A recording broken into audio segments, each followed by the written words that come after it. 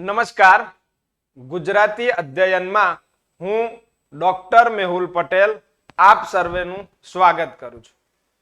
મિત્રો, ટૂંક જ સમયમાં આવી રહેલી જે હાયર સેકન્ડરીની પરીક્ષા છે, જેના 11-12 ના શિક્ષક બનવાના સ્વપ્ન છે, તે લોકો આ પરીક્ષા આપવાના છે. હા, કટ ઓફ કેટલું રહેશે, શું થશે પ્રિલિમ પરીક્ષાનું, તે ટૂંક સમયમાં જાહેર થઈ જશે અને તેને અનુલક્ષીને પણ બધી ચર્ચાઓ થઈ જશે. પરંતુ આજનો આપનો જે ટોપિક છે તે ભાષા કૌશલ્યોને લઈને છે. આ ભાષાના જે કૌશલ્યો છે તેમાં આજે આપણે મૂળ શ્રવણ કૌશલ્ય, જે પ્રાથમિક કૌશલ્ય છે, જે પ્રથમ કૌશલ્ય છે, જે અર્થગ્રહણ કૌશલ્ય છે, તેના વિશેની વાત રજૂ કરવાના છે. બરાબર, ધીરજપૂર્વક એક એક બાબતને સમજતા જશો તો ખ્યાલ આવશે. ઓકે, ભાષાના કેટલા કૌશલ્યો છે, ભાષાની અંદર કયા કયા કૌશલ્યો વપરાય છે, તેની આપણે શરૂઆત કરીએ અને પછી શ્રવણ કૌશલ્યના ટોપિકની ચર્ચા કરીશું. ઓકે, તો ભાષા કૌશલ્યો શું છે? સૌથી પહેલો પ્રશ્ન થાય છે, તો આ ભાષા કૌશલ્ય એટલે શું? તો ભાષા કૌશલ્યોને લઈને આપણે જે એક ડાયોગ્રામ મેં બનાવ્યો છે તેને બરાબર ધીરજપૂર્વક સમજો. બે ભાગમાં છે. ઓકે, સૌથી પહેલા કૌશલ્યોને સમજવા ખૂબ જરૂરી છે અને એના પછી આપણે દરેકે દરેક જેટલા કૌશલ્યો છે તે દરેકે દરેક કૌશલ્યની ઊંડાણપૂર્વક સમજ મેળવીશું. કારણ શું છે? તો કારણ એવું છે કે દરેકે દરેક કૌશલ્યને એક સાથે પ્રશ્નમાં પણ પૂછવામાં આવે છે અને એક એક કૌશલ્યને અલગ અલગ પ્રશ્નમાં પણ પૂછવામાં આવે છે. જે મુદ્દાસર જવાબ લખવાના છે તેમાં મોટા ભાગે એવું વિચારજો કે આખો પ્રશ્ન પૂછી લે કે ભાષા કૌશલ્ય એટલે શું, તેનો અર્થ સહિત સમજૂતી આપો. ઓકે, આવો એક પ્રશ્ન પૂછાવાની શક્યતાઓ છે. એના સિવાય શ્રવણ કૌશલ્યનું મહત્વ, ઓકે, તેના સિવાય કથન કૌશલ્યમાં વપરાતા ટોપિકો. ઓકે, આવા બધા ટૂંકમાં જેટલા કૌશલ્યો છે તે શું છે, કૌશલ્યોને અનુલક્ષીને કઈ કઈ બાબતો સમજવાની છે. તો ભાષા કૌશલ્ય, એમાં ભાષા કૌશલ્યમાં આપને બે ભાગ કરીને જોઈશું. કયા કયા બે ભાગ છે? તો અત્યારે આપણે જે ભાષા કેવી રીતે શીખ્યા છીએ, ગુજરાતી બોલીએ છીએ તો કેવી રીતે બોલીએ છીએ. ઓકે, પ્રાથમિકતા તેની શું છે અને દ્વિતીયતા તેની શું છે, આ બંનેનો ઉપયોગ શિક્ષણની અંદર થાય છે. ઓકે, તો આ બે ભાગ કરીને જોઈશું કે પ્રાથમિક કૌશલ્ય એટલે શું અને દ્વિતીય કૌશલ્ય એટલે શું. તો પ્રાથમિક કૌશલ્ય એટલે ભાષા શીખવા માટે જેની જરૂરિયાતો પડવાની. આમ તો ચાર કૌશલ્યની જરૂર પડે જ છે ભાષા શીખવા માટે, પરંતુ ભાષા કૌશલ્યને લઈને પ્રાથમિક કૌશલ્યો કયા છે અને દ્વિતીય કૌશલ્યો કયા છે, આ જ પ્રમાણે અત્યારે જે હું ક્રમ આપું છું ને તે ક્રમને બરાબર વ્યવસ્થિત પ્રમાણે સમજજો. આ વ્યવસ્થિત એટલા માટે સમજવાનું છે કે આ ક્રમમાં જ કોઈ પણ ભાષા શીખી શકાય છે. ઓકે, જો હવે બધા જ કૌશલ્યોને લઈને અહીંયા સ્પષ્ટતા છે. પહેલું પ્રાથમિક કૌશલ્ય છે શ્રવણ, બીજું પ્રાથમિક કૌશલ્ય છે કથન. શ્રવણ એટલે સાંભળવું, કથન એટલે બોલવું. દ્વિતીય કૌશલ્ય છે વાંચન અને લેખન. તેના માટે શિક્ષણની જરૂર પડે છે. વાંચન એ દ્વિતીય કૌશલ્યમાં પહેલું છે અને લેખન છેલ્લું છે. કોઈ પણ ભાષા તમારે શીખવી છે તો પહેલા તે ભાષાને શ્રવણ કરો. યાદ કરો, તમે ગુજરાતી ભાષા કેવી રીતે શીખ્યા? ગોળિયામાં પડ્યા જે શબ્દો તમે સાંભળ્યા તે શબ્દોને સીધા તમે બોલ્યા, એટલે શ્રવણ કર્યું, કથન કર્યું. બરાબર, પછી તેના અર્થગ્રહણ યુક્ત સ્થિતિમાં જઈને શાળાઓમાં શિક્ષણ પ્રાપ્ત કરીને વાંચતા શીખ્યા. તે શબ્દોને કેવી લિપિમાં લખાયા અને લિપિમાં લખાયા પછી તેનું વાંચન કેવી રીતે થાય તે પછી આવે છે, એટલે દ્વિતીય કૌશલ્ય છે. અને છેલ્લે લેખનના સંદર્ભમાં પહોંચ્યા હતા. તો ભાષાના આ ચાર કૌશલ્યો છે: શ્રવણ, કથન, વાંચન, લેખન. આ ચાર કૌશલ્યોને હજુ બીજી બે રીતે, આમ તો ચલો એક જ રીતે બીજી અલગ કરવાના સંદર્ભમાં સમજીએ. અત્યારે કેવું છે, આપણે પ્રાથમિક કૌશલ્ય અને દ્વિતીય કૌશલ્ય એવી રીતે અલગ કરીને સમજ્યા. હવે ભાષા કૌશલ્યોને લઈને બીજા અલગ ટોપિકને લઈને સમજવાનું છે કે આપણે શિક્ષણમાં અત્યારે જે પરીક્ષા ટાટની આપણે ટાટ HS ની જે પરીક્ષા આપવાના છીએ તેની અંદર આ કૌશલ્યો કેવી રીતે પૂછાવાના છે. બરાબર. જો હવે અહીંયા સ્પષ્ટતા થશે કે ભાષા કૌશલ્યોમાં બે ભાગ કરીશું તો અર્થગ્રહણ કૌશલ્ય આવશે અને અભિવ્યક્તિ કૌશલ્ય આવશે. આ ચાર જ કૌશલ્યો છે અને હવે વિભાજિત કરીશું. અર્થગ્રહણ કરવા માટે આપણે કયા કૌશલ્યોનો ઉપયોગ કરીએ છીએ અને અભિવ્યક્તિ કરવા માટે કયા કૌશલ્યોનો ઉપયોગ કરીએ છીએ. તો અર્થગ્રહણ કરવાના સંદર્ભે જે કૌશલ્યો છે તેને આપણે સવિશેષ સમજીએ અને અભિવ્યક્તિના કૌશલ્યોને પણ સવિશેષ સમજીએ. બરાબર. જો અર્થગ્રહણ માટે હવે જરૂર પડશે શ્રવણ અને વાંચનની. કોઈ પણ વસ્તુનું અર્થગ્રહણ કરવું છે એટલે તમારે એને સમજવું છે તો એના માટે શ્રવણ અને વાંચન આ બેની જરૂર પડશે. જ્યારે તમારી પાસે પડેલું જે જ્ઞાન છે તેને તમારે અભિવ્યક્ત કરવું છે તો અભિવ્યક્ત કરવા માટે કથન અને લેખનની જરૂર પડશે. આ ભાષાની દ્રષ્ટિએ આપણે જ્યારે એક શિક્ષક તરીકે વિદ્યાર્થી સમક્ષ જઈએ છીએ ત્યારે પેલા ચાર કૌશલ્યોનો ક્રમ તો સમજાવી દઈએ છીએ કે શ્રવણ, કથન, વાંચન, લેખન. ઓકે, આ ક્રમ તો સમજી લીધો, પરંતુ હવે બાળક જ્યારે આ પ્રાથમિક, આમ તો પ્રાથમિકના સંદર્ભમાં આપણે સમજ્યા હતા તો અહીંયા કથન હતું ને અત્યારે વાંચન છે. તો અર્થગ્રહણ કરવા માટે કૌશલ્યની જે જરૂર પડે છે તે બે છે, શ્રવણ અને વાંચન. ઓકે, અને અભિવ્યક્તિ કરવા માટે જેની જરૂર પડે છે તે છે કથન. એટલે હું અત્યારે જે તમને સમજ આપી રહ્યો છું તે, અને બીજું છે લેખન. ઓકે, જે તમે પુસ્તકો કે બીજા કઈમાંથી જ્ઞાન પ્રાપ્ત કરો છો તે. તો આ ભાષા કૌશલ્યોને લઈને આ વસ્તુને સમજવાની છે. હવે જુઓ, આ ચાર કૌશલ્યોમાં સૌથી વધારે જરૂરી અને પ્રથમ જેના સિવાય ભાષા કદાચ એવું માની લો કે ભાષા શીખાતી જ નથી અથવા બોલવું અશક્ય છે તેવું આપનું કૌશલ્ય છે શ્રવણ કૌશલ્ય. ઓકે, હવે આ શ્રવણ કૌશલ્યની વાત અત્યારે આપણે કરીએ. કોઈ પણ બાળક છે, એ બાળક જો જન્મથી બહિરું છે, એ સાંભળી શકતું નથી તો એ બોલી શકવાનું નથી.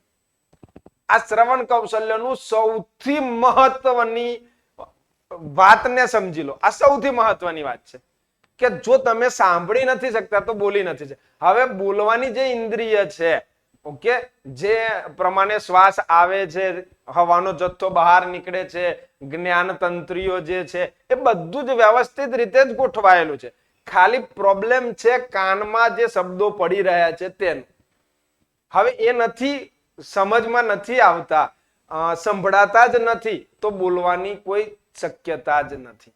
એટલે શ્રવણ કૌશલ્ય શું છે, શ્રવણ કૌશલ્યને ભાષામાં કેવી રીતે ઉપયોગમાં લેવું, ઓકે, બધા જ મુદ્દાઓને જો પ્રશ્ન પૂછાશે તો આ મુદ્દાઓ બહુ જ કામમાં આવશે અને હું માનું છું કે આ પ્રશ્ન આવશે ને આવશે જ.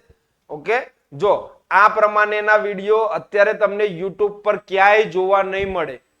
જો તમને આ વિડીયો ગમી રહ્યો છે, તમને આ માહિતી અર્થગ્રહણ યુક્ત લાગી રહી છે તો ચેનલને સબસ્ક્રાઇબ કરો, લાઈક કરો, કોમેન્ટ કરો. તમારે જે પણ કઈ કન્ટેન્ટ જોઈએ છે તે કન્ટેન્ટ વિશે, હા, ભાષાકીય કન્ટેન્ટ, ગુજરાતી ભાષાકીય, તો એવા હું વિડીયો તમને આપીશ. ઓકે, ચાલો હવે આગળ વધીએ શ્રવણ કૌશલ્યને લઈને. શ્રવણ કૌશલ્ય એટલે શું? શ્રવણના સંદર્ભની જ આ મુખ્ય બાબત છે. તો જો એનો અર્થ થાય છે શ્રવણ કૌશલ્યનો કે બોલતી ભાષાના સાંભળેલા અવાજો ઓળખી તેનો અર્થ સમજવાની પ્રક્રિયા એટલે શ્રવણ. આપણે જે બોલીએ છીએ તે બોલતી ભાષાના સાંભળેલા અવાજો, આપણે જેને સાંભળીએ છીએ તે અવાજ છે, તો એ અવાજો ઓળખી તેનો અર્થ ગ્રહણ કરવો. એકચ્યુઅલી તો કથન કોને કહેવાય, એટલે કે બોલવું કોને કહેવાય, ખ્યાલ છે તમને? હું અત્યારે બોલી રહ્યો છું, એ વસ્તુ તમારા માઇન્ડમાં સમજયુક્ત સ્થિતિમાં દરેકે દરેક અવાજ મારો ક્લિયર થઈ રહ્યો છે તો સમજો કે તમે શ્રવણ કરી રહ્યા છો. હવે તમે શ્રવણ કરતા કરતા અત્યારે મારો વિડીયો જોતા જોતા બીજા બધા અવાજો ઉપર ધ્યાન નહીં જતું હોય તમારું. હવે જો મેં અત્યારે કહ્યું તો બીજા અવાજો ઉપર ધ્યાન પણ ગયું હશે, પછી પાછા ફરી રિપીટમાં હું જે શબ્દો તમને સમજાવી રહ્યો છું, જે શબ્દો બોલી રહ્યો છું તેનું અર્થ ગ્રહણ તમને થાય તો જ મારું કથન સાર્થક છે. નહીં તો પછી તમે સાંભળેલું એ બધું જ, ઘણા બધા અવાજો સાંભળીએ છીએ આપણે, એ બધા અવાજોનું અર્થઘટન થતું નથી મનમાં. એટલા માટે અહીંયા સ્પષ્ટ અર્થ આપ્યો છે કે શ્રવણ એટલે શું? તો આપણે જે બોલાતી ભાષા છે તેના સાંભળેલા જે અવાજો છે એ અવાજોનો અર્થ સમજવાની પ્રક્રિયા જે થાય છે તેને આપણે શ્રવણ કહીએ છીએ. ઓકે, જો ભાષાની અંદર તમે આવો પણ ટોપિક મૂકી શકો કે સાંભળવું વત્તા અર્થગ્રહણ બરાબર શ્રવણ. સાંભળવું તો છે જ, આપને નથી સાંભળવું એ પણ સાંભળવું પડે છે, બરાબર. આમ તો ઘણી બધી વાતો શાસ્ત્રોની અંદર પણ કહેવામાં આવી છે શ્રવણને લઈને, પરંતુ અત્યારે એ ટોપિક પર જતા નથી. આપને ઓનલી ફોર સીધો જ એટેક પરીક્ષાનો છે, અને એ પરીક્ષાની અંદર શું આવું બધું લખશો ને તો ઓટોમેટિકલી તમારા માર્ક્સ ડબલ થવાના છે. તો શ્રવણનો અર્થ લખો, અર્થ લખ્યા પછી એની સ્પષ્ટતા આપો, અથવા સ્પષ્ટતા પહેલા આપો પછી અર્થ લખો. થોડી વેરિએશન તમારે પણ કરવું પડશે, થોડું અલગતા બતાવવાનો પ્રયત્ન તમારે કરવો પડશે. એટલે શું કહે છે? સાંભળવું વત્તા અર્થગ્રહણ થવું, એને જ આપણે શ્રવણ કહીએ છીએ. નહીં તો બીજા ઘણા બધા, હા સાદું સિમ્પલ છે, કોઈ હોર્ન મારે છે ને તો એ હોર્ન મારે છે ને તો એનું અર્થગ્રહણ નહીં થાય ને તો કંટાળો આવશે, પરંતુ અર્થગ્રહણ થશે ને તો તરત આપણે ગાડી સાઈડમાં લઈ લેશું, ભાઈ તું જ આવેલા. ઓકે, તો આ અર્થગ્રહણ થયું તો એને સાંભળ્યું. કોઈ પણ અવાજ જ્યારે તમારા કાને પડે છે ત્યારે સાંભળીએ છીએ, પરંતુ જો એનું અર્થગ્રહણ થાય છે, અવાજ કેમ થયો એની સ્પષ્ટતા થાય છે, તો એને શ્રવણ કહેવામાં આવે છે. ઓકે, નરસિંહ મહેતાએ પણ બહુ સુંદર રીતે શ્રવણની વાત સમજાવી છે વેદો સાથે કનેક્ટ કરીને. શ્રુતિ સ્મૃતિ સાકદે કનક કુંડળ વિશે ભેદ ન્વય. ચલો પાછળની પંક્તિને ભૂલી જાઓ, પરંતુ શ્રુતિ સ્મૃતિ, બરાબર. તો શ્રુતિ આ શબ્દ શું છે? સાંભળવાના સંદર્ભમાં છે, અને સ્મૃતિ એટલે યાદ રાખવાના સંદર્ભમાં છે. એના વિશે પણ આપણે ચર્ચા કરવાના જ છીએ, બરાબર. ધોરણ 12 નું પ્રથમ કાવ્ય જ છે અખિલ બ્રહ્માંડમાં. ઓકે, તો એના વિશે પણ, કારણ કે એમાંથી પણ પ્રશ્ન આવવાનો જ છે, અને કેવો પ્રશ્ન પૂછાય છે એ પ્રશ્ન પર જ વિડીયો જોઈશું આપણે. ઓકે, ચાલો. તો સાંભળવું વત્તા અર્થગ્રહણ બરાબર શ્રવણ. હવે શ્રવણ શા માટે, અથવા શ્રવણના સંદર્ભની હજુ વધારે સ્પષ્ટતા કે ધ્યાનપૂર્વક સાંભળવું તેને જ શ્રવણ કહેવાય. બરાબર સમજજો હો દરેકે દરેક ટોપિકને, કારણ કે આ ટોપિકો મેં મુદ્દા મૂક્યા છે, એના વિશે ઊંડાણમાં લખવાનું તમારે છે, પરીક્ષાની અંદર પૂછાય તો. ઓકે, અર્થગ્રહણ સાથે સાંભળવું જે અત્યારે તમે કરી રહ્યા છો તે પ્રક્રિયા છે અર્થગ્રહણની રીતે. કારણ કે આવો વિડીયો બીજે ક્યાંય છે જ નહીં. શ્રવણ કૌશલ્યને લઈને કે ભાષાના આ કૌશલ્યોને લઈને ટોપિક છે જ નહીં. ઓકે, તો અર્થગ્રહણ સાથે તમે સાંભળી રહ્યા છો, બહુ જ સરસ. જો આ વાત સાચી હોય તો લાઈક કરી દેજો. વક્તાના વિચારો સમજવા, હું તમને આ શા માટે સમજાવી રહ્યો છું, કારણ શું છે આની પાછળ, તો એને જ સમજવાનું. એટલે વક્તા જ્યારે કઈ વાત રજૂ કરી રહ્યા છે તો એ વાતને સમજવાના સંદર્ભમાં જ્યારે પ્રક્રિયા આવે છે ત્યારે એ શ્રવણ થાય છે. શુદ્ધ ઉચ્ચારો ગ્રહણ કરવા. ગુજરાતી ભાષામાં તો ઉચ્ચારો બોલીઓના સંદર્ભમાં એટલા બધા ખરાબ થઈ ગયા છે, તો એનું શુદ્ધ ઉચ્ચારણ શું થાય? દાખલા તરીકે બહુ સરળ શબ્દ છે, ચલો હું તમને શબ્દ આપું, ઊંટ બોલો, તો બધા ઊંટ બોલશે. એટલે ઉપર જે બિંદી છે ને ઊંટમાં એ અનુનાસિક નહીં સાનુનાસિક છે. હવે આ પાછું નવું શું આવ્યું? વાંધો નહીં, એ હું જોડણીના સંદર્ભે જ્યારે તમને સમજાવીશ ત્યારે એની વધારે સ્પષ્ટતા કરીશ, પરંતુ સમજો કે એ અનુનાસિક નથી, એ સાનુનાસિક છે. એટલે પેલું આપણે સ્વરના સંદર્ભમાં બોલીએ છીએ ને અમ અહ, તો આ જે અમ છે ને એ બિંદી ઊંટના સંદર્ભમાં છે. તો ઊંટ એવું નથી બોલવાનું, ઊંટ શબ્દ બોલવાનું છે. તેવો બીજો એક શબ્દ છે, અહીંયા પહેરીએ છીએ રિંગ, તેને કહીએ વીંટી, તો વીંટી નથી વીટી છે. જ્યારે તમે આ શુદ્ધ ઉચ્ચારણને ગ્રહણ કરવા માટે ધ્યાનપૂર્વક સમજશો, જે ભાષા અત્યારે ગમે તે લોકો ગમે તેવું બોલે છે, ગુજરાતી ગમે તે લોકો ભણાવી રહ્યા છે, તો એને લઈને જ્યારે તમે સાંભળો છો ને તો પછી તમારા માઇન્ડમાં એ અર્થગ્રહણ યુક્ત રીતે છપાઈ જાય છે કે આમાં જ બોલાય. એટલે એનું શુદ્ધતા શું છે એના સંદર્ભે પણ શ્રવણ મહત્વનું છે. તાત્કાલિક સાંભળવું અને સમજવું. અત્યારે બહુ સમય રહ્યો નથી, છતાંય જ્યારે વક્તા સ્પીચ આપી રહ્યા હોય અથવા કોઈ એવા વિષયને લઈને કંઈક જ્ઞાન પ્રાપ્ત થઈ રહ્યું હોય સાંભળીને, ત્યારે એને તાત્કાલિક સમજવું જરૂરી છે. એટલા માટે પણ શ્રવણ. તો જ્યારે તાત્કાલિક સાંભળવાનું થાય તો પાછું પહેલું આવી જાય ધ્યાનપૂર્વક સાંભળો, તો તરત જ તેને સમજી શકાશે. અને હાવભાવ અને ચેષ્ટાઓ, જો હું ખાલી આમ સીધો જ ઉભો રહી અને ગમે તેવી વાત રજૂ કરતો જાઉં, હાસ્યના સંદર્ભની વાત પણ રજૂ કરું ને તો તમને હાસ્ય નહીં આવે.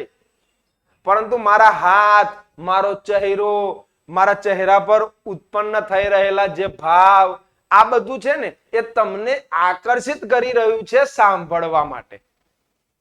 ઓકે, તો એ શ્રવણ થાય છે. આ શ્રવણના સંદર્ભનો અર્થ જ છે.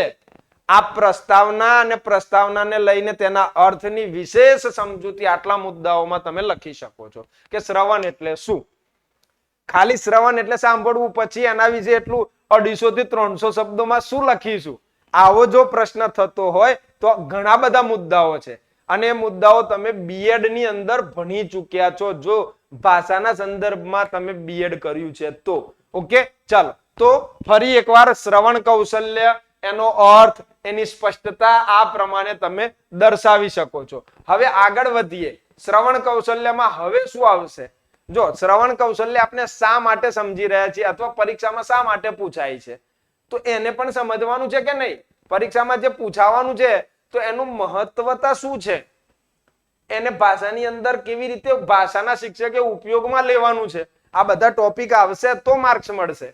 ઓકે, તો શ્રવણ કૌશલ્યનું મહત્વ, શું મહત્વ છે જોઈએ. બહુ સાદી અને સરળ સિમ્પલ મહત્વતાની વાતો છે.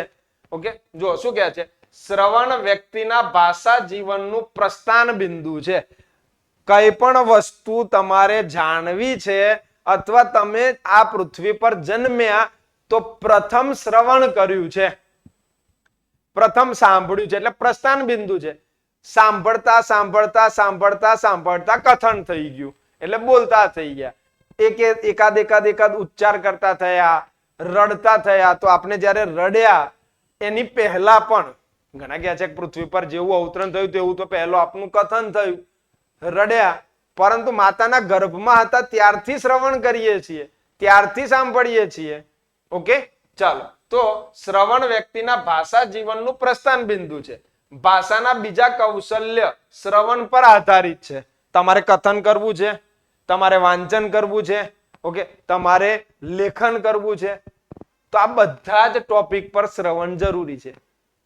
કથન કરવા માટે પણ શ્રવણ જરૂરી છે. જો ધ્યાનપૂર્વક સાંભળી શકતા હોય ને, બહુ જ સાદી સરળ અને બહુ સિમ્પલ વાત છે કે જે શ્રેષ્ઠ શ્રોતા છે તે શ્રેષ્ઠ વક્તા બની શકે છે.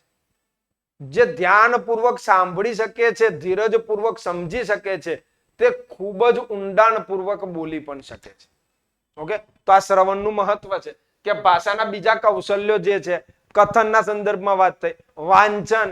જો તમે અત્યારે જે હેડફોન કે કઈ લગાવીને સાંભળી રહ્યા હોય વિડીયો અને ધીરજપૂર્વક દરેકે દરેક ટોપિકને સમજવાનો પ્રયત્ન કરી રહ્યા હોય, બરાબર, તો એને લઈને તમે આગળ આ ટોપિક જે વાંચો છો, હું બોલું છું અને વાંચો છું, આ બંનેમાં ફેર છે. ઓકે, અને જ્યારે તમે પરીક્ષામાં લખશો ત્યારે આખી વસ્તુ બદલાઈને આવશે. ઓકે, તો ભાષાના બીજા જે કૌશલ્યો છે તેની પર શ્રવણ, ટૂંકમાં શ્રવણ પર બીજા બધા કૌશલ્યો આધારિત છે. નવા વિચારો, માહિતીની પ્રાપ્તિ કરવી.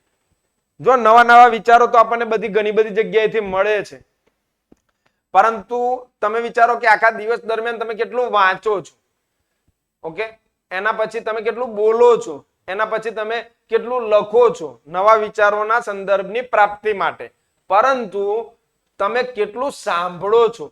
તો સૌથી વધારે કામ સાંભળવાનું થાય છે.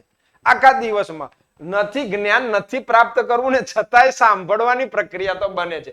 એટલે નવા વિચારો, માહિતીની પ્રાપ્તિ. ઘણીવાર વાતોમાં મિત્રોની સાથે વાતોમાં ક્લિક થઈ જાય, એટલે હા આમ થાય, તો એ બધી જ બાબતો નવા વિચારોની, માહિતીની પ્રાપ્તિના સંદર્ભમાં આવે.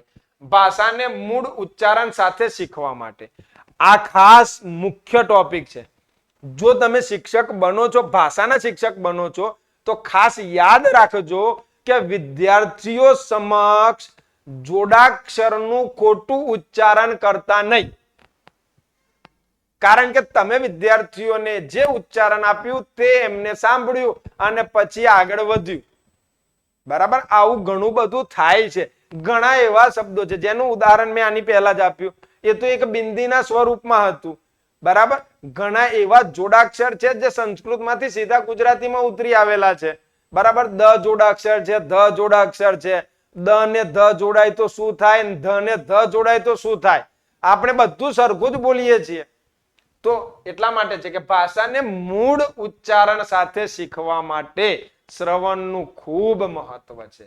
શ્રવણ કૌશલ્યને કારણે બાળકનું ઉચ્ચારણ, તેના અવાજ, વાણી પ્રવાહ વિકસે છે. જો શ્રવણ કૌશલ્યને કારણે શું થાય છે, તો બાળકનું ઉચ્ચારણ સ્પષ્ટ થાય છે. જો બોલવાના સંદર્ભમાં હોય તો રિયાઝ કરે, અથવા એના એ સંદર્ભમાં કોઈ કાવ્યનું તમે ગાન કરાવો, ચલો ક્લાસની અંદર કાવ્યનું ગાન કરાવો, પરંતુ એના જે શબ્દો છે ને એની સ્પષ્ટતા, એનું ઉચ્ચારણ તમારી સમક્ષ ગાન ન થાય તો પઠન કરાવો, પરંતુ પઠન કરાવતી વખતે એનું સ્પષ્ટ ઉચ્ચારણ તમારે કરવું પડશે, તો બાળકનું ઉચ્ચારણ સ્પષ્ટ થશે. તેનો જે અવાજ છે, તેની જે વાણી પ્રવાહ છે, ઓકે, તે વિકસિત થશે. તે સ્પષ્ટ બોલવાના સંદર્ભમાં આગળ સારી પ્રક્રિયામાં આગળ વધી શકશે. ઓકે, ચાલો હજુ જો શ્રવણના મહત્વને લઈને આટલા જ ટોપિક છે તેવું નથી, કારણ કે મહત્વ વધારે પૂછાય. કૌશલ્ય છે તો કૌશલ્યનું મહત્વ શું, એને કારણે જ તો પ્રશ્ન પૂછવામાં આવ્યો છે. એટલે કયા ટોપિક પર ભાર આપવાનો છે ને તે ખાસ યાદ રાખવું. શ્રવણ કૌશલ્યને લઈને ઘણી બધી બાબતો છે જે રજૂ થઈ શકે એવી છે, પરંતુ મેં પરીક્ષાને કેન્દ્રમાં રાખી છે, અને એ જે પરીક્ષાને કેન્દ્રમાં રાખી છે ને એને અનુલક્ષીને જ આ માહિતી મૂકી છે. ઓકે, જો ગમી રહી છે ને તો લાઈક કરતા જાઓ. ઓકે, કોમેન્ટમાં કંઈક ની કંઈક બાબત લખો તમે જે તમને સારી અને યોગ્ય લાગી રહી છે તે. ઓકે, જો હજુ આગળ વધતા જાઓ શ્રવણ કૌશલ્યના મહત્વના ટોપિકમાં, કે શ્રવણ દ્વારા વૈવિધ્ય જોવા મળે છે, તેથી બાળકને ગમે છે અને તે તાત્કાલિક સમજી શકે છે. જ્યારે તમે હાવભાવ સાથે શ્રવણ કથન કરી રહ્યા હોય ને તો બાળકોને તે સાંભળવું ખૂબ ગમે. અત્યારે હું થોડો અવાજ ક્યાંક ક્યાંક વધુ કરું છું, ક્યાંક ક્યાંક ઓછો કરું છું, હાથની મુવમેન્ટ કરું છું, તો શ્રવણની અંદર તમને બધાને મજા આવી રહી હશે. એના પાછળનું રીઝન શું છે? એના પાછળનું રીઝન એવું છે, એનું કારણ એવું છે કે અહીંયા એ વૈવિધ્યના સંદર્ભમાં આવે છે, વિવિધતા જોવા મળે છે, અલગતા જોવા મળે છે. ઓકે, હવે વિવિધતા કે અલગતામાં શું, તો ઘણું એવું શ્રવણ છે જે સળંગ કરવું જરૂરી છે, ઘણું એવું શ્રવણ છે જે ધીમે ધીમે ધીમે ધીમે કરવું જરૂરી છે. હવે આ જે કથન છે, દાખલા તરીકે તમે કોઈ પાઠ બનાવી રહ્યા છો અને કોઈ કાવ્ય ભણાવી રહ્યા છો, તો કાવ્યની પંક્તિને લયાત્મક પઠનમાં લઈ જઈ પછી તેનું અર્થઘટન, અર્થના સ્વરૂપની માહિતી આપો. જ્યારે ગદ્યના સંદર્ભમાં કોઈ પાઠનો ફકરો વાંચીને તમે સમજાવી રહ્યા છો તો તેમાં ઉપયોગમાં આવી રહેલા વિરામ ચિહ્નોને જુઓ. આ બધી જ વસ્તુ વૈવિધ્યના સંદર્ભમાં આવે છે, અને હું અત્યારે તમને એ સ્પષ્ટતા એટલા માટે કરી રહ્યો છું કે જ્યારે તમે આ ટોપિકને અંદર પરીક્ષામાં લખશો તો આ બધા જ ઉદાહરણો, માહિતી તમે એમાં મૂકી શકો. ઓકે, એટલે શ્રવણ દ્વારા વૈવિધ્ય જોવા મળે છે, તેથી બાળકને ખૂબ ગમે. બધાયનો અવાજ કઈ કોકિલ કંઠીલો હોતો નથી, બરાબર, પરંતુ જ્યારે તમે કથન કરી રહ્યા છો ત્યારે ભાષામાં તો ખાસ બાળકને ગમે તેવું જ બોલવું.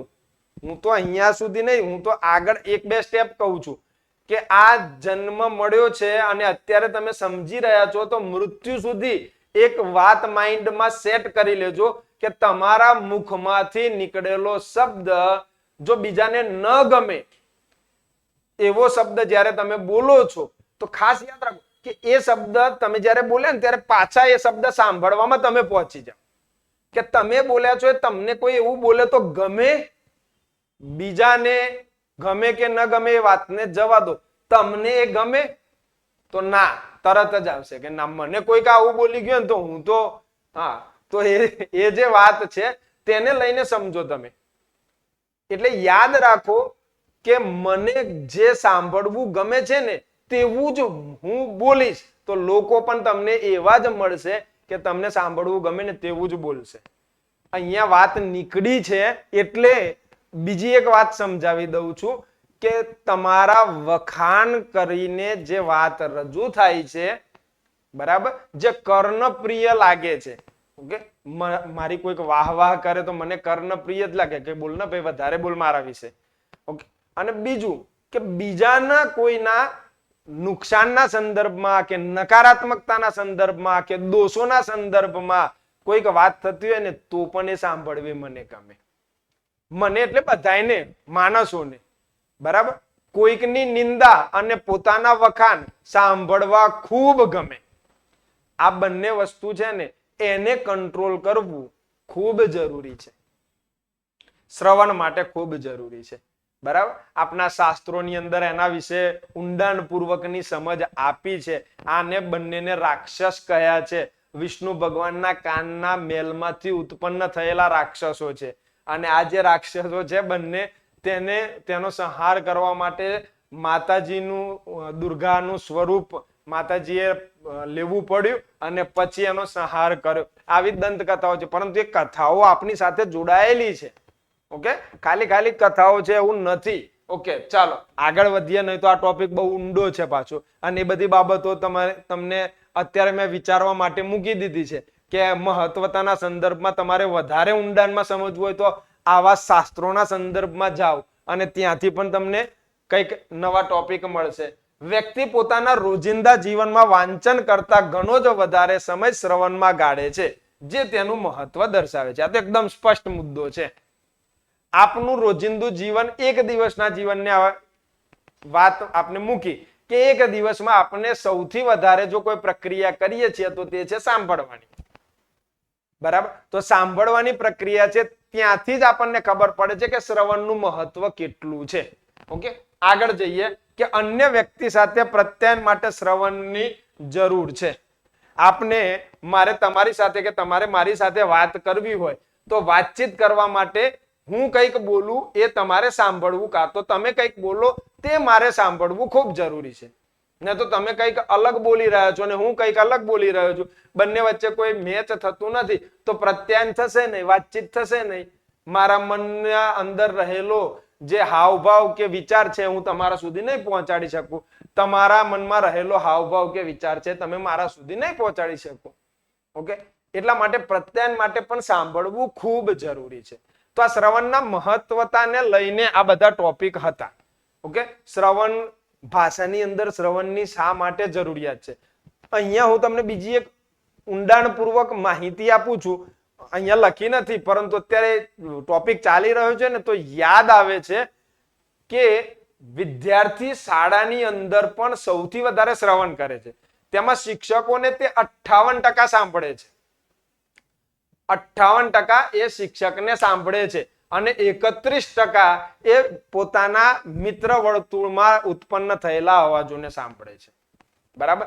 આ સાંભળવું એ ફરી સમજજો, અર્થ ગ્રહણ સાથે સાંભળવું, નહીં તો મિત્રો સાથે તો ગપ્પા મસ્તીમાં તો કઈ અર્થગ્રહણના સ્થિતિમાં પહોંચવાનું નથી. ઓકે, હવે જુઓ, મૂળ આગળનો ટોપિક છે કે શ્રવણ કૌશલ્ય શિક્ષણ. આ બાળકને કેવી રીતે આપવું, એકદમ ટૂંકી જ બાબત છે. કારણ શું છે, આમાં તમે બહુ ઊંડાણમાં લખવા જશો ને તો ગૂંચવાઈ જશો. પરીક્ષામાં આ પ્રશ્નને લઈને વધારે ઊંડાણમાં જવું નહીં, એના મહત્વતાને લઈને જાઓ ઊંડાણમાં, અને એમાં શિક્ષણના ટોપિકને પણ મૂકો, એ વાંધો નહીં આવે. પરંતુ શિક્ષણ કૌશલ્યને લઈને વધારે ઊંડાણમાં જવાની જરૂરિયાત નથી. આટલા મુદ્દાઓને મૂકી દેશો તો પણ સ્પષ્ટ થશે કે બાળકની ક્ષમતા, કયા ક્લાસમાં તમે લેક્ચર લઈ રહ્યા છો. અત્યારે હું શિક્ષકોના ક્લાસમાં લેક્ચર લઈ રહ્યો છું તો પછી હું એવા શબ્દોનું પ્રયોજન કરી શકું છું, પરંતુ આની આ જ વાત હું ધોરણ 8, 9, 10 ના ક્લાસમાં જ્યારે સમજાવવાનો પ્રયત્ન કરતો હોય તો અલગ હોય છે. ઓકે, આ કક્ષા તમને નક્કી કરે છે. એ જ વાત તમે પ્રાથમિક શાળામાં 6 થી 8 ના સેક્શનમાં જઈને કોઈ બાળકને ભણાવી રહ્યા છો તો ત્યાં તમારે શબ્દોને અલગ રીતે પ્રસ્તુત કરવા પડશે, કારણ કે તમારો જે શ્રોતાગણ છે, તમારું જે બોલેલું સાંભળનાર વ્યક્તિઓ છે તે અર્થગ્રહણ સાથે સાંભળે એટલા માટે બાળકની ક્ષમતા આ શ્રવણ કૌશલ્ય માટે ખાસ જરૂરી છે. તમે કયા ક્લાસમાં ઉભા છો? 9મા ધોરણની અંદર પણ ધ્વનિ શ્રેણીનો ટોપિક આવે છે અને 10મા ધોરણની અંદર પણ ધ્વનિ શ્રેણીનો ટોપિક આવે છે. હવે બંને ક્લાસમાં એક સરખી રીતે તમે ભણાવવા જશો તો થોડું તમને એ ભાવ પકડાશે નહીં. એટલે કક્ષા થોડી એક સ્ટેપ ઉપર છે તો શબ્દો અને એવા ઉદાહરણો એક સ્ટેપ ઉપર આપો. ઓકે, ચાલો પછી આગળ શું કહે છે કે શ્રવણ પ્રવૃત્તિ લક્ષી ભાષા વ્યવહાર અને મહાવરો બરાબર શ્રવણ કૌશલ્ય શિક્ષણ. જો એક તો બાળકની ક્ષમતા નક્કી થઈ કે કયા બાળકને તમારે શ્રવણના સંદર્ભની માહિતીને લઈને કંઈક બોલવાનું છે. એટલે એ ખાસ જોવું કે શ્રવણ કૌશલ્યના શિક્ષણમાં કેવી રીતેના ઉપયોગને લઈને તો કક્ષાઓના ઉપયોગને લઈને તમે 4 ભાગ કરી શકો. પ્રાથમિક, અપર પ્રાથમિક, માધ્યમિક અને ઉચ્ચતર માધ્યમિક. બરાબર.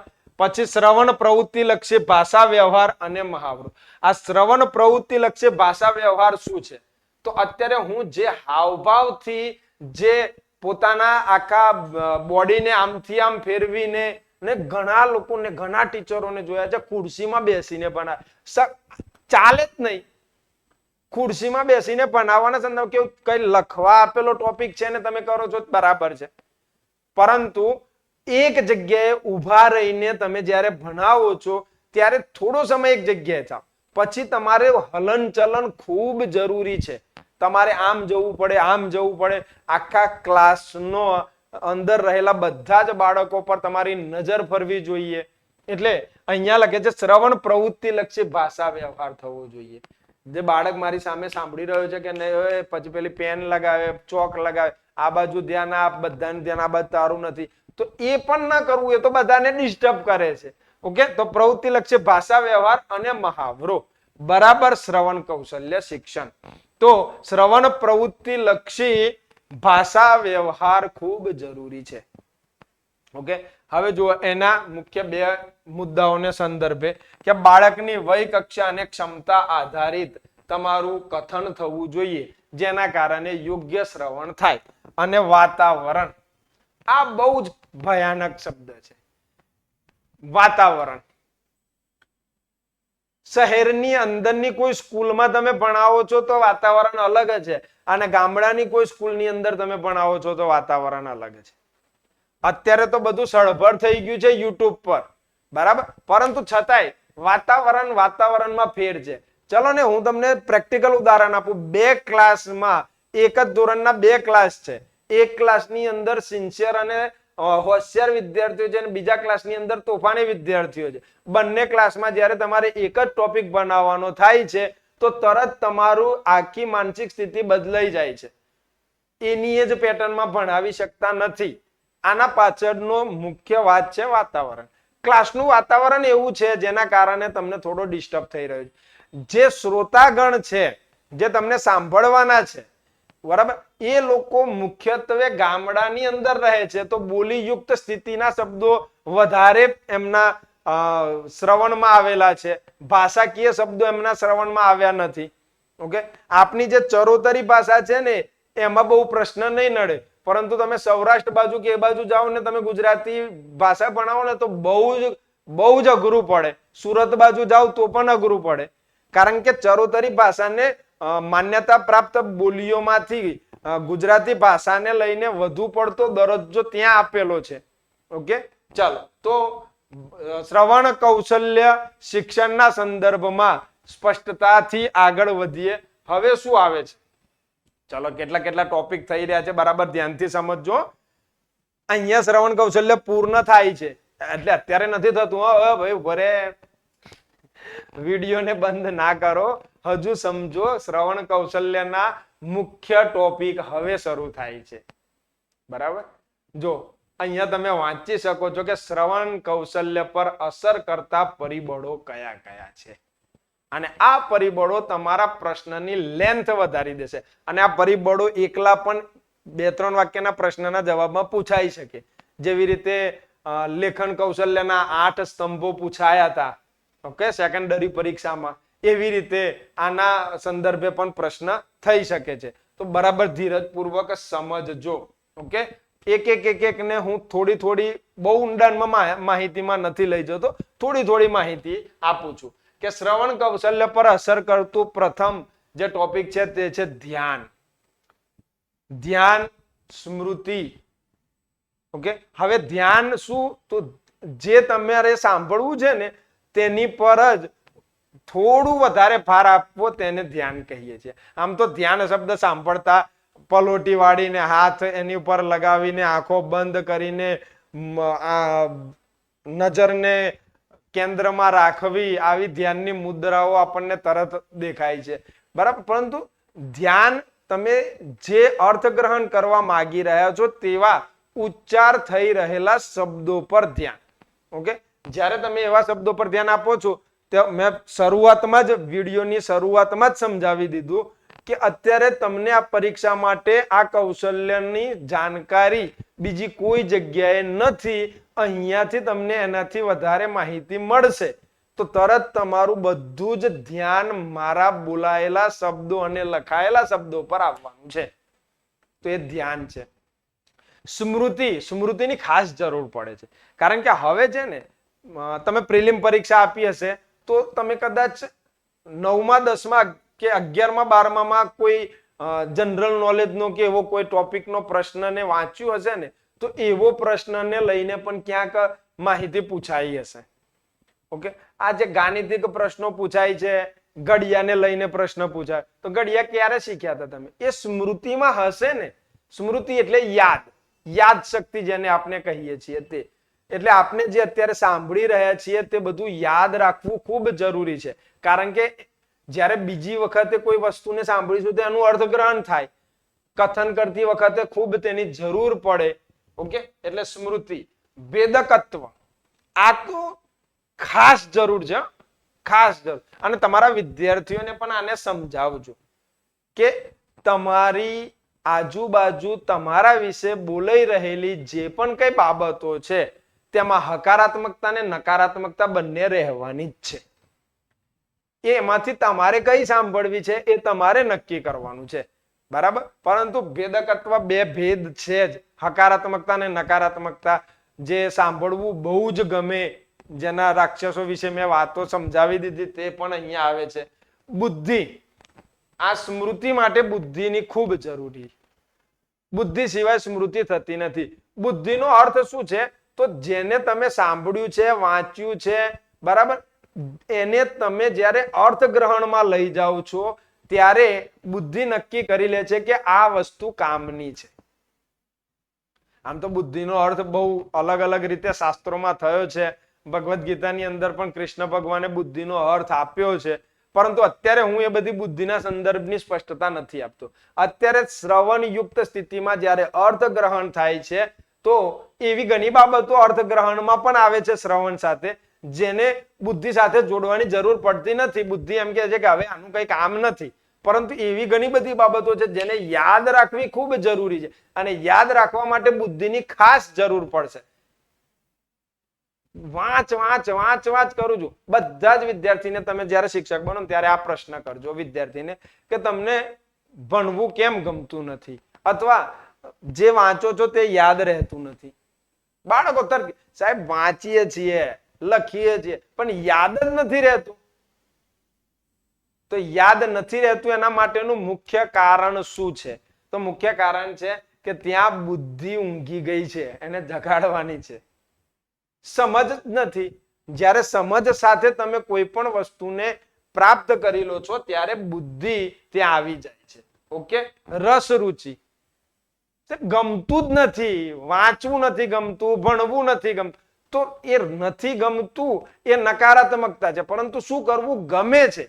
જો એ વાતની સ્પષ્ટતા થઈ જાય તો એ વાતને લઈને શ્રવણ કરવું એ રસ રુચિના. કારણ કે ઘણીવાર કેવું છે કે સારા બુદ્ધિશાળી માણસોને પણ બીજાને સાંભળવા ગમતા નથી, કારણ કે ત્યાં એમની બુદ્ધિ છે ને એ તર્ક કરવાના શરૂ કરી દે છે, અને બુદ્ધિનું કામ જ છે તર્ક કરવું. એટલે રસ રુચિથી, ભલે ને તમારા વિષયને કનેક્ટેડ નથી ટોપિક, છતાં તમે એને રસયુક્ત સ્થિતિમાં સાંભળો.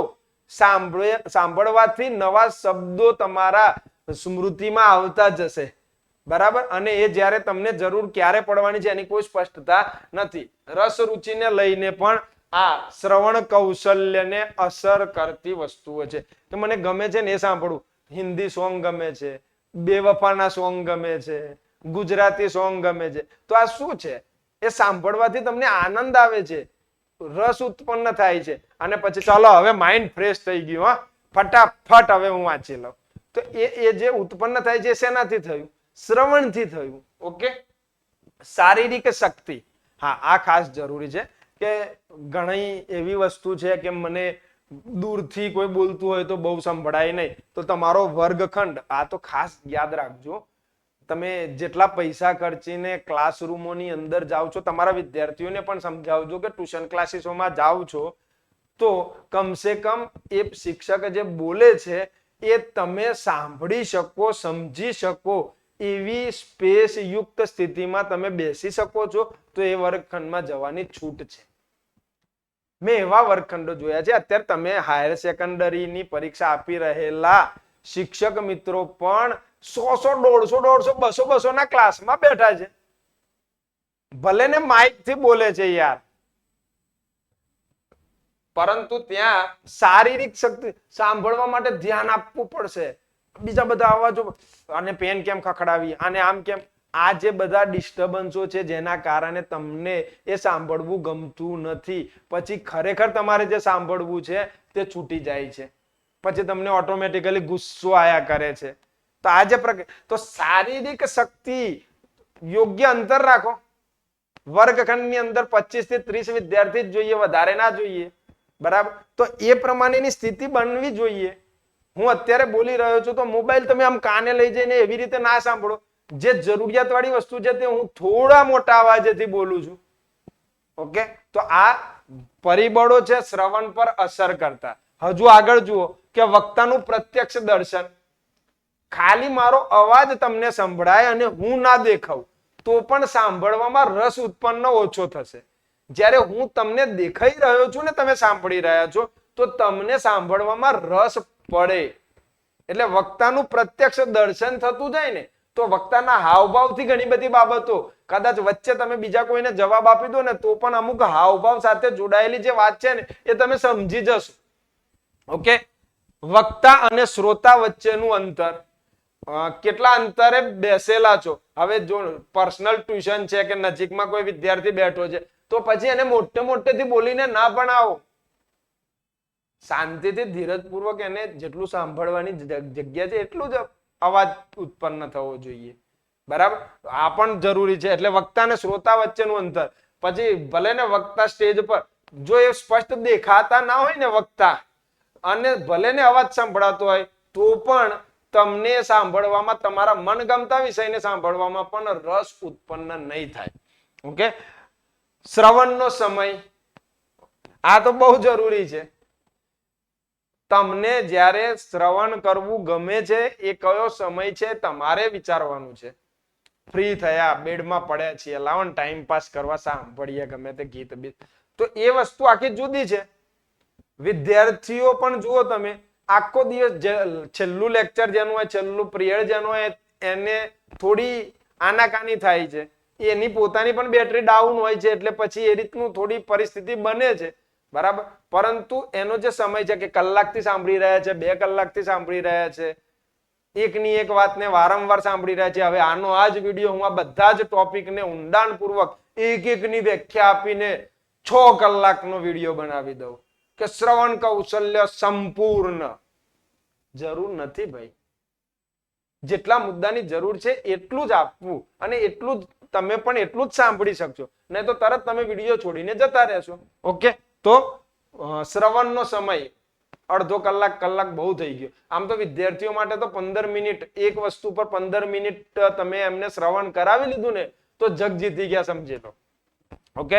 વક્તાનું વ્યક્તિત્વ, આ ખાસ જરૂરી છે. ટીચરનું વ્યક્તિત્વ હંમેશા એક આદર્શ વ્યક્તિત્વના સંદર્ભમાં હોવું જોઈએ. આદર્શ કેવું છે ને એની હું અત્યારે તમને ઊંડાણપૂર્વક સમજ નહીં આપું, કારણ એવું છે કે મારા માટે આદર્શ વસ્તુ જુદી છે અને તમારા માટે આદર્શ વસ્તુ જુદી છે. પરંતુ વ્યક્તિત્વ કેવું છે, તમે એમના વિશે પહેલા કઈક નકારાત્મક બાબતો સાંભળેલી છે, કઈક એમના વિશે હકારાત્મક બાબતો સાંભળેલી છે? કોઈકને તમે જયારે સાંભળો ને, મારા અન્ય લેક્ચરો તમે જોયેલા હશે ને જો તમે પ્રભાવિત હશો તો આ લેક્ચર તમને ઓટોમેટિકલી ગમવાનું જ છે. પરંતુ મારું કોઈ લેક્ચર તમને નહીં ગમ્યું હોય, મારા વિશે તમને બકવાસ વાતો સાંભળવા મળી હશે, તો પછી તમને આ લેક્ચર ભલે ને ગમે તેટલું તમારા માટે મહત્વનું હોય તો પણ નહીં ગમે. એટલા માટે છે વક્તાનું વ્યક્તિત્વ કેવું છે તેની પર આધારિત છે. ઓકે, ભાષાનું માધ્યમ. હવે હું અત્યારે આ વસ્તુ તમને ગુજરાતી ભાષામાં સમજાવી રહ્યો છું, તમે ગુજરાતી ભાષાના જાણકાર છો તો બરાબર મેચ થશે.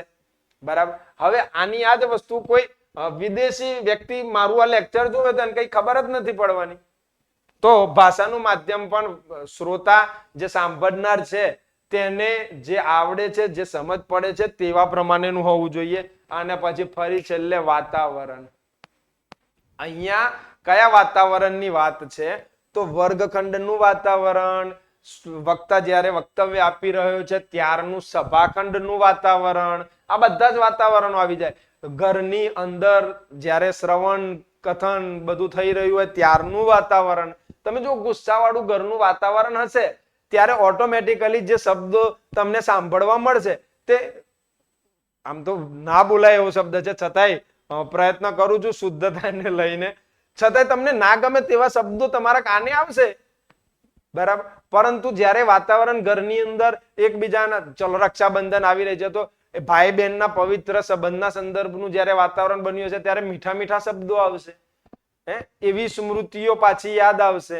તો આ બધી જ બાબતો છે જે શ્રવણ કૌશલ્યને લઈને ખૂબ જરૂરી છે. અને યાદ રાખજો હો, ખાસ અત્યારે હું ભલે આ શ્રવણ કૌશલ્યની વાત અહીંયા મુદ્દાઓ આપીને છોડું છું, પરંતુ ખાસ યાદ રાખજો કે શ્રવણ કૌશલ્ય કે ભાષાના આ 4 કૌશલ્યોમાંથી એક પ્રશ્ન ફરજિયાત આ પરીક્ષામાં પૂછાવાનો છે.